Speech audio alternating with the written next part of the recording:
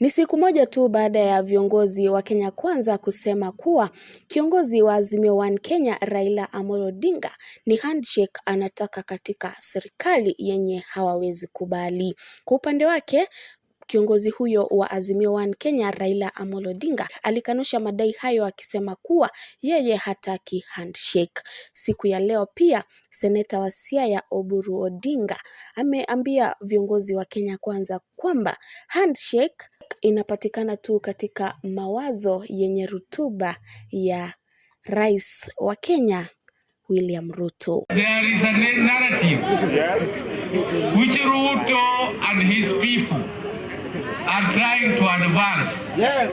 And that narrative is that Raila Odinga wants a handshake with them. We don't want. And I want to tell Ruto in broad daylight that if there is anything about handshake, it is only existing in your own very fertile imagination. It does not exist in Raila's mind.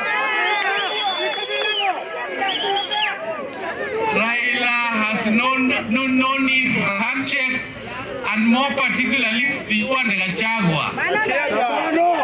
So please rest assured that what Raila is fighting for is for the good of this country, to make sure that election will never be rigged again in this country. Raila is also fighting for the people of this country so that the standards of the cost of living can go down.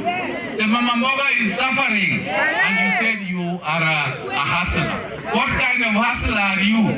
When Unga is selling at 230, 250, and you are cheating people that it is selling at 180. Where would you get Unga for 180? There's nowhere. If you have any, tell me so that I can advise my